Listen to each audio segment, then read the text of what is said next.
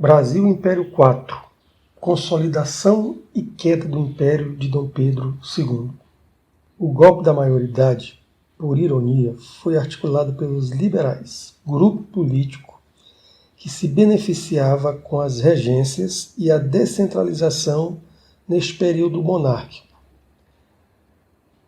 Mas as diversas rebeliões e revoltas, muitas de cunho separatistas e as insatisfações crescentes com o poder central no Brasil, fizeram com que os mesmos retrocedessem quanto à descentralização administrativa e financeira das províncias para um modelo mais centralizador, que garantisse a unidade territorial do país.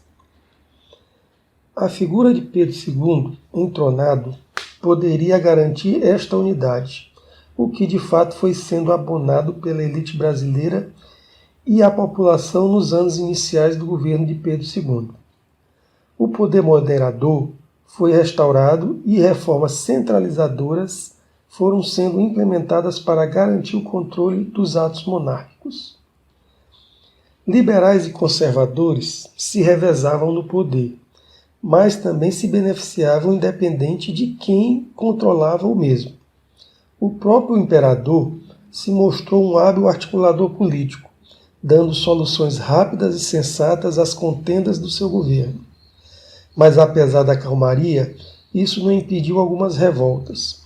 Uma aconteceu na região do Rio de Janeiro, São Paulo e Minas Gerais em 1842, onde, liderados por um dos maiores cafeicultores do país, Joaquim de Souza Breves, que se rebelou contra o rigor fiscal e fazendário da produção de café e ao combate do governo central ao tráfico negreiro. Outra revolta ocorrida em 1848 foi a Revolução Praieira em Pernambuco, esta de caráter liberal e federalista, que perdurou até 1850 com a derrota dos rebeldes para o governo central. Destaca-se nesse período a ascensão do café como um novo produto de exportação para a economia do Brasil, que trouxe riqueza para seus produtores e aumentaram as receitas do país com os impostos. O café eclodiu primeiramente na região do Vale do Paraíba e depois se espalhou pela região do Oeste Paulista, onde teve seu período de maior prosperidade econômica. O modelo de produção de café não se diferenciou do da cana-de-açúcar, onde foi empregado a grande propriedade rural, com mão de obra escrava e a produção totalmente voltada para o mercado externo. Vê-se que as estruturas sociais e econômicas permaneceram, mudando apenas o produto de exportação. Lembramos que outras regiões continuavam as suas produções, como exemplo a cana-de-açúcar em Pernambuco e o charque no sul do país, mas nenhum trouxe tanto lucro e riqueza como a produção de café. Logicamente, este segmento passou a cobrar maior participação nas decisões do país. Muitos desses, inclusive, passaram a ser adeptos da construção de uma república enquanto forma de governo. O movimento ganhou força nas principais zonas urbanas ligadas aos cafeicultores. Aliados a estes, tinha-se uma classe média urbana que crescia nestes centros. Outro movimento forte que se desenvolveu no segundo reinado foi o movimento abolicionista, que teve à frente líderes como André Rebouça, Rui Barbosa, José do Patrocínio, Joaquim Nabuco e Castro Alves, dentre outros. Mas estes eram mais preocupados com a questão visual de um Brasil arcaico devido ao uso da escravidão e que estava fora dos padrões de uma nação que se pretendia desenvolvida. A realidade interna dos escravos e o seu futuro não estava pensada e planejada após uma provável abolição por parte destes.